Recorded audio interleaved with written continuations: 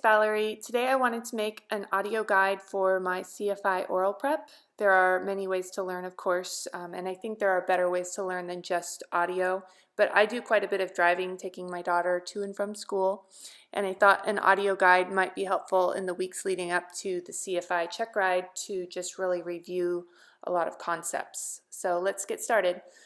The first question I'm seeing on a lot of the gouges that I found online is, what is human behavior? This is a broad kind of let's get started question. So here I would say there are a lot of definitions of human behavior depending on the field of study, but in the scientific world and in aviation, human behavior is seen as the product of factors that cause people to act in predictable ways. Next up, we will briefly cover Maslow's hierarchy of human needs. In the simplest terms, human needs are all the things that humans require for normal growth and development. We often reference Maslow's hierarchy of needs, which was published in 1954. This is usually depicted as a triangle or a pyramid with 5 layers. The bottom layer is physiological needs or biological needs. Next, second layer is safety and security, followed by love and belonging, which is the middle layer. Above that, we have self-esteem, and at the very top, we have self-actualization.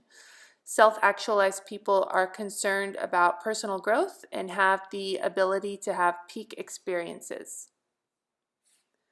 From there, we will move on to defense mechanisms. So if the examiner asks, what are some of the factors that inhibit learning? This should be your cue that they're asking about defense mechanisms. We've got 8 of them, and the first one is repression. So I'll read the list. We have repression, denial, compensation, projection, rationalization, reaction formation, fantasy, and displacement. Now I'll go through just some really brief definitions of each of these. The FAA says the 2 main defense mechanisms are repression and denial, so definitely start with those. With repression, you have a person placing uncomfortable thoughts into inaccessible areas of the mind. This is done subconsciously. With denial, you have the refusal to accept reality because it is too threatening. Okay, after repression and denial, we have compensation, projection, rationalization, reaction formation, fantasy, and displacement. Compensation is counterbalancing weaknesses by emphasizing strengths. We all do this in some capacity. A common example would be a student has a bad landing and they say, yes, but my takeoff was perfect, or my radio calls were great. Projection, I like to think of as blame. You project your mistakes or slips on someone else. The common example is blaming the unfair examiner after a failed check ride. Rationalization involves justification of actions with excuses. For example, you had a bad lesson where you felt really sloppy. You rationalize this by saying you've been really busy with work and you didn't have time to prepare. Reaction formation is faking a belief opposite to the true belief because the true belief causes anxiety. Fantasizing or fantasy is daydreaming about how things should be rather than doing anything about how things are. For example, tuning out your instructor and looking down the ramp at the FBO and seeing the NetJets pilots pre-flighting. You know they're flying a Hollywood A-lister and you start thinking about how great it would be to have that job and fly that trip when your instructor is trying to give you advice about how you should have set up your final approach so you weren't so high. You just tune them out and fantasize what it would be like to be a corporate pilot and fly celebrities around all the time. The last one I have is displacement, which is shifting negative emotions to more acceptable, less threatening substitutes. This is similar to repression. I think with repression, we can't really remember anything. We just push it away in our mind. With displacement, we remember something else. Okay, let's move on to briefly talk about practical psychology. We often hear the term that a CFI is a practical psychologist. Obviously, most flight instructors are not certified or licensed psychologists, although that's great if you are. The big things to talk about here are stress and anxiety. Not all stress is negative. There's research that says some stress is good and can make a pilot more alert. We'll talk about abnormal and normal reactions to stress in just a minute. But first, let's talk about anxiety. Anxiety is probably the most significant psychological factor affecting flight instruction. As an instructor, you need to treat fears as normal. You shouldn't ignore nervousness or anxiety. If you have a nervous student, you can emphasize the benefits and pleasurable experiences that can be derived from flying. Talking about an article you read about how there have been 4 mid-air collisions in your area in the last 10 years is probably not something you want to bring up initially. Back to talking about stress. There is a question on the FOI test which says, which would most likely be an indication that a student is reacting normally to stress? I won't tell you the wrong answers, but the right answer is automatic response to a given situation. When under stress, normal students will respond rapidly and exactly within the limits of their training and experience. For example, if you are flying out to Palm Springs and you hit turbulence going over the mountains, this could be really stressful, but you would remain calm, maintain control of the aircraft, and make sure you're at an appropriate maneuvering speed for the aircraft's weights. Abnormal reactions to stress, my Jeppesen book has 4 of them, and there's a little acronym too called AMES, that's A-I-M-S, I'll just read them out. A is automatic responses like sweaty palms, rapid heart rate, turning pale. I, the second one, is inappropriate reactions, like inappropriate laughter or singing. I actually can't tell you how many written tests I've seen about inappropriate laughter or singing. I'd never seen this firsthand, but I was watching an episode of Hoarders the other day, and the woman's daughter was laughing so inappropriately, and then she just started singing. I immediately thought that is an abnormal reaction to stress. Anyway, I digress. Moving on with the AMES acronym, we have A, automatic responses, I, inappropriate actions, and now M. M is marked changes in mood during lessons, such as extreme happiness and then sulkiness or moodiness or depression. And the last one, S, is S for severe anger towards you or other individuals like the fueler, other students, the flight school dispatcher. And honestly, unless there's some unique extreme stress kind of one-off circumstances, if someone's flying makes them severely angry, they probably need to seriously consider whether flying is for them. Flying is not for everyone. Okay, quickly moving on to the basic elements of communications.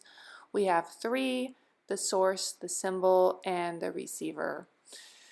Next up, barriers to effective communication, we have 4, and we have a little acronym. I like acronyms, but only if they're really easy and really if they spell something that can make sense. This one is easy. It's the COIL acronym, C-O-I-L. C is confusion between the symbol and the symbolized object. O is overuse of abstractions. I is interference, and L is lack of common experience. Okay, so to go through these, confusion between the symbol and the symbolized objects. I went on an interview once and someone saw my resume that I have my FAA dispatch certificate. Well, this person who was not in aviation got confused that FAA dispatcher was an air traffic controller.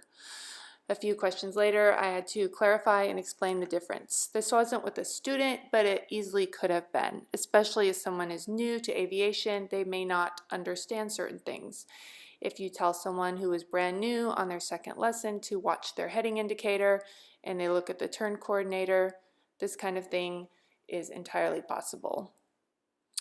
O is overuse of extractions. You want to be specific. In the briefing, you shouldn't say, you were fast on approach. You want to say, I noticed you were just over 100 knots on downwind. You want to be closer to around 90 since you're going to need to put in flaps below 85 knots, so 90 knots is good on downwind. I is interference. This could be one of those people meowing 5 times on frequency at a local non-towered airport while you're trying to explain the short field takeoff. Or it could be a bad headset that you can't hear well in. That's literal interference. L is lack of common experience, and the FAA says that this is a big one. If you're a 17-year-old girl and you go to your local flight school and your instructor spent 30 years in the military flying fighter jets and constantly talks about how things were done in the military, this girl probably would feel she couldn't relate at all. If an instructor is talking about port and starboard to someone that doesn't have any boating experience, it would be difficult to communicate or even relate. So let's move on to developing communication skills. A lot of people develop communication skills as they grow. I know I'm much better communicator at 36 than I was at 18. There are definitely some great young CFIs, but this is one area that I personally feel like it's possible that someone's flying skills may be better than their communication skills as a teacher. So the FAA has some guidance here. They are role-playing, instructional communications, listening, questioning, and use of instructional enhancements. So role-playing, the FAA likes to emphasize scenario-based trainings these days. I enjoy these because they create little real-life scenarios, and then you can chat about what you would do in a situation or how you would handle. What would you do if you were going to do a sunset flight and your nav light is not working? What would you do if you were flying up to Van Nuys to go to your cousin's graduation and there is a 1,200-foot ceiling at the field but is clear to the east? Instructor communications, here we can explain a procedure in a way a student can understand. A lot of CFIs can use their own experiences here, which makes it beneficial if you have a veteran CFI or someone that's flown professionally, such as in the airlines or as a corporate pilot. I could tell you about my experience flying a small jet to Telluride, which is a really high elevation airport, and how we could only depart in the morning when it was cool because the aircraft couldn't perform as it got hotter. Basic principles of density, altitude, and operating limitations. Next one, listening. As an instructor, we are paid to listen. This is not just letting your student ramble on, but actually hearing and processing what they're saying. We also have to listen as pilots. For example, you can't depart from a towered airport if you cannot communicate with ATC. Both instructors and students can kind of zone out and daydream and not listen, but it's the instructor's job to keep both the student and the instructor on track. Next one, questioning. Questions can be rote subjects to test understanding, like which axis do ailerons control? Well, they roll about the longitudinal axis. What is P factor? It's a phenomenon experienced by propeller that moves the center of thrust off center when the airplane is at a high angle of attack. Those kind of things.